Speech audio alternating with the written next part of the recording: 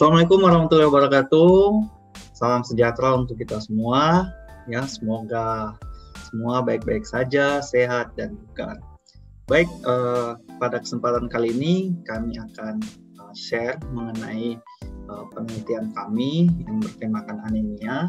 Dan tentu saja ini masih bertepatan dengan peringatan Hari Gizi Nasional ke-61 dengan tema Remaja Sehat Bebas Anemia. Jadi kami mencoba mengangkat hasil dari penelitian kami sebagai sarana informasi dan edukasi bagi teman-teman yang membutuhkan.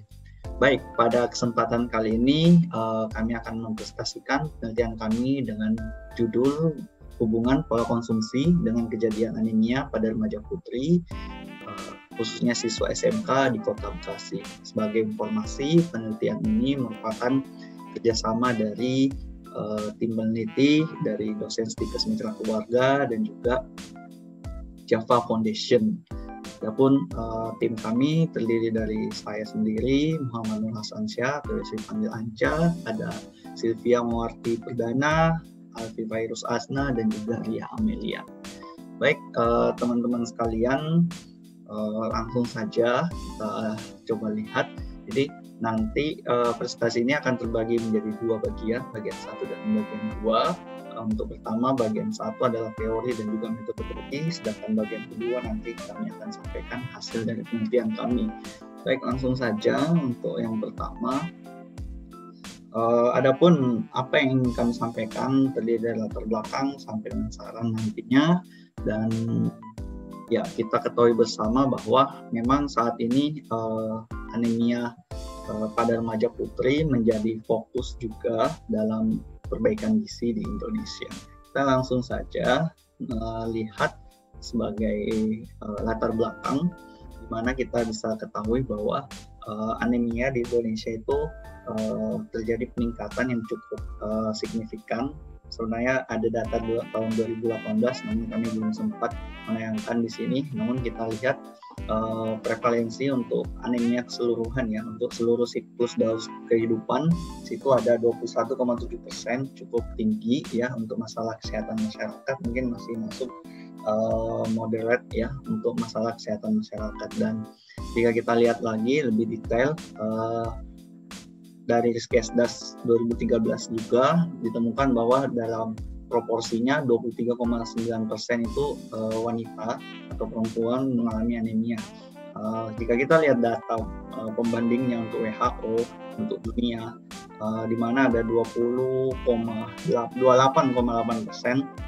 mengalami anemia pada tahun 2016. Tentu saja ini menjadi sebuah kerjaan rumah buat kita semua untuk menurunkan prevalensi ini, karena jika kita ketahui bahwa wanita usia subur itu jika mengalami anemia, tentu saya nantinya pada saat menciptakan generasi berikutnya itu ada kaitan yang cukup erat. Dan salah satu goals dari WHO World Health Assembly itu di Roma bahwa ingin menurunkan prevalensi anemia sebesar 50%, kurang lebih 50%. Nah, penelitian lain terkait anemia pada remaja, kita lihat di sini prevalensinya ternyata di atas 30% ya. Hampir semua penelitian, mungkin ada beberapa penelitian lagi, tapi jika kita lihat beberapa daerah ya di luar Jawa juga, ternyata di atas 30% itu remaja putri mengalami anemia. Tentu saja ada banyak faktor risiko anemia, namun yang paling dekat adalah mengenai pola konsumsi, status gizi, gaya hidup. Khususnya pada pola konsumsi itu termasuk konsumsi protein hewani, konsumsi sayur, konsumsi buah, dan juga konsumsi zat inhibitor atau juga zat pelancar. Kemudian jika kita teliti lebih jauh lagi bagaimana peran anemia atau dampak anemia pada remaja putri, bisa kita lihat di sini bahwa sebenarnya anemia pada remaja putri secara langsung mungkin akan menyebabkan banyak hal ya. Bisa itu terjadi lemah letih lesu, kemudian adanya penurunan prestasi, adanya penyakit-penyakit yang bisa menyertai.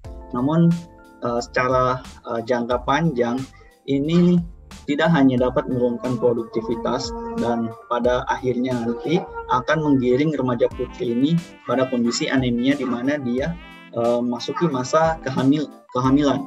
Nah, jika kita ketahui bahwa ibu hamil sendiri jika mengalami anemia itu akan mempertinggi risiko untuk mengalami keguguran, perdarahan maupun melahirkan yang BBLR.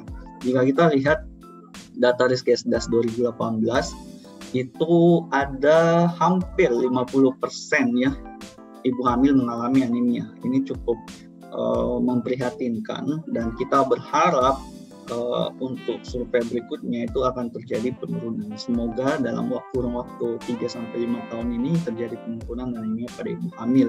Tentu saja peran kita semua di sini. Dan ya stunting pun masih menjadi masalah ya. Jadi tentu saja akibat jangka panjang dari anemia pada remaja putri ini ya bisa menjadi masalah gizi kronik nantinya pada saat dia hamil gitu. Oleh karena itu kita perlu mempersiapkan dengan baik remaja putri. Adapun tujuan dari penelitian kami di sini kami ingin melihat apakah terdapat hubungan pola konsumsi dengan kejadian anemia, di mana secara spesifik kita akan melihat bagaimana prevalensi anemia itu sendiri, kemudian bagaimana proporsinya rata-rata dari asupan konsumsi kecukupan porsi harian dari remaja putri, mulai dari makanan pokok, sumber hewani, nabati, lemak, sayur, buah dan seterusnya. Nanti akan kita bagi berbagai kelompok. Di sini juga kita melihat nanti ada zat penghambat dan juga zat pelancar. Nah, ini yang cukup menarik ya dari hasil kajian kami mengenai bagaimana sih teori atau peran atau bagaimana terjadi anemia pada remaja putri. Jika kita lihat di sini adaptasi dari beberapa penelitian ya, termasuk dari USAID juga dikatakan bahwa kejadian anemia itu sangat erat kaitannya dengan berbagai macam kondisi ya. Di sini ada biological condition, kemudian ada juga immediate cause, underlying cause, dan juga basic cause. Nah, jika lihat secara langsung atau direct cause-nya atau secara teori yang dapat menyebabkan anemia adanya defisiensi berbagai zat gizi, baik itu protein, zat besi, vitamin A maupun zat-zat lainnya. Di sini juga bisa dilihat bahwa terjadi penurunan produksi sel darah merah itu disebabkan oleh tidak cukupnya produksi eritroprotein, hormon eritroprotein, dan juga adanya penurunan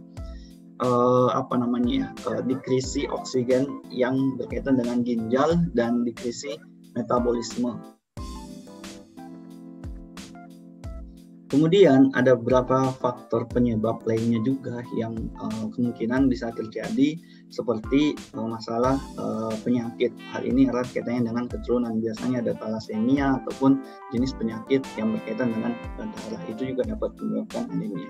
Namun jika kita telusuri lagi immediate cause-nya atau secara tidak langsung, ada dua hal yang dapat mempengaruhi kejadian anemia. Yang pertama berkaitan dengan perubahan fisiologi tubuh, yaitu ada karena infeksi, bisa karena menstruasi maupun karena kehamilan itu sendiri, dan juga yang paling erat kaitannya dengan gizi yaitu adalah pola konsumsi atau bagaimana asupan, bisa mengenai asupan makannya dan juga berkaitan dengan suplemen. Jadi ada dua hal yang berkaitannya.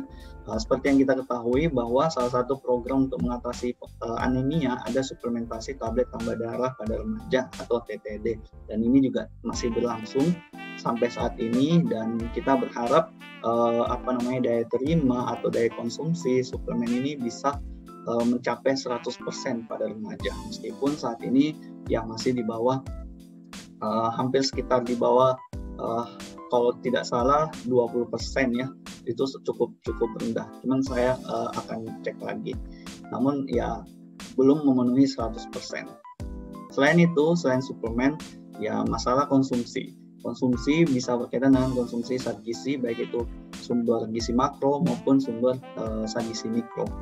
Selain itu juga dipengaruhi oleh adanya asupan konsumsi dari zat penghambat dan juga zat perancang. Jadi untuk zat penghambat sendiri bisa dalam bentuk zat gizi mikro lainnya seperti zinc yang berkompetisi dengan Fe dan beberapa zat lain. Kemudian adanya fitat dan juga tanin ya yang terkandung dalam beberapa jenis makanan seperti teh dan juga kopi. Oleh karena itu kita tidak boleh makan secara bersamaan teh dan kopi. Ada baiknya teh dan kopi itu dikonsumsi saat kita sedang bukan meal tapi pada waktu snack ya, selingan. Kemudian untuk zat gizi makro tentu saja protein di sini sangat berperan ya, sumber-sumber protein hewani dan nabati termasuk sayur dan buah juga yang mengandung vitamin A, vitamin C itu sangat mempengaruhi kejadian anemia. Nah, oleh karena itu berdasarkan teori ini kita memutuskan untuk melihat di underlying cause, di immediate cause-nya. Dalam hal ini kita ingin melihat bagaimana food impact-nya, apakah ada hubungan dengan anemia. Kemudian jika kita lihat lagi di sini ada beberapa faktor juga ya, termasuk nanti food security, hygiene, sanitasi dan lain-lain, dan juga sebenarnya ada status gizi juga yang mempengaruhi ya. Ada kaitannya. Jadi sebelum masuk ke direct cause itu sebenarnya kalau kita telusuri lebih jauh lagi ya, asupan ini pasti akan selalu berhubungan dengan status gizi. Jadi seperti itu gambaran teori dari kejadian anemia pada remaja putri. Oleh karena itu tadi sudah disampaikan bahwa konsep penelitian kami di sini kita melihat dietary intake juga tentunya status gizi untuk kaitannya dengan anemia. Oke, baik. Selanjutnya metodologi dari penelitian kami ya, ini merupakan penelitian cross-seksional ya, di mana kita memilih SMK dan kenapa SMK? Sebenarnya karena kaitannya dengan remaja yang bersekolah di SMK itu biasanya langsung lanjut untuk bekerja. Jadi kita ingin melihat bagaimana produktivitas remaja sebenarnya sebelum dia masuk ke dunia kerja gitu. Dan di sini kita memilih 6 SMK, namun pada saat pelaksanaan dan kita tidak bisa lagi modifikasi, ternyata cuma 5 SMK yang bersedia dan 1 SMK mengundurkan diri. Namun pada saat kita adjust sampel size-nya ternyata masih memenuhi kualifikasi atau masih memenuhi untuk jenis desain ini. Jadi ada 345 sampel yang kita ambil. Dan instrumen yang kami gunakan FFQ ya, dan juga antropometri dan bagaimana menggunakan metode cyanide hemoglobin untuk mengukur hemoglobinnya. Analisisnya di sini kita cuma melakukan analisis univariat dan bivariat, tidak melakukan analisis multivariat. Yang mungkin ada nanti kita akan coba cek lagi untuk analisis lebih lanjut yang multivariat. Nah, tentu saja kita sudah melakukan izin penelitian dan juga etik penelitian. Untuk kriteria inklusi di sini kriteria inklusinya berusia 15 sampai 18 tahun ya. Jadi remaja yang berusia 15 sampai 18 tahun, perempuan, tentu saja remaja putri, dan sehat, tidak dalam keadaan sakit, dan bersedia menjadi subjek penelitian. Adapun eksklusinya siswa yang berpuasa dan juga siswa yang mengalami menstruasi, jadi itu tidak diikutkan dalam penelitian. Jadi kita kontrol di sini. Namun sayang sekali pada saat pelaksanaan penelitian untuk infeksi kita tidak kontrol, jadi ada sedikit nanti pada saat analisis kita akan lihat. Oke, baik, terima kasih semuanya. Saya rasa itu dulu untuk bagian pertama. Selanjutnya nanti kita akan ke bagian kedua untuk melihat bagaimana hasil penelitian dari penelitian ini. Dan tentu saja ada beberapa temuan yang cukup menarik yang akan kita bahas di hasil penelitian. Terima kasih atas waktunya melihat penjelasan dari kami. Kurang lebihnya mohon dimaafkan. Ya, sampai bertemu di bagian kedua.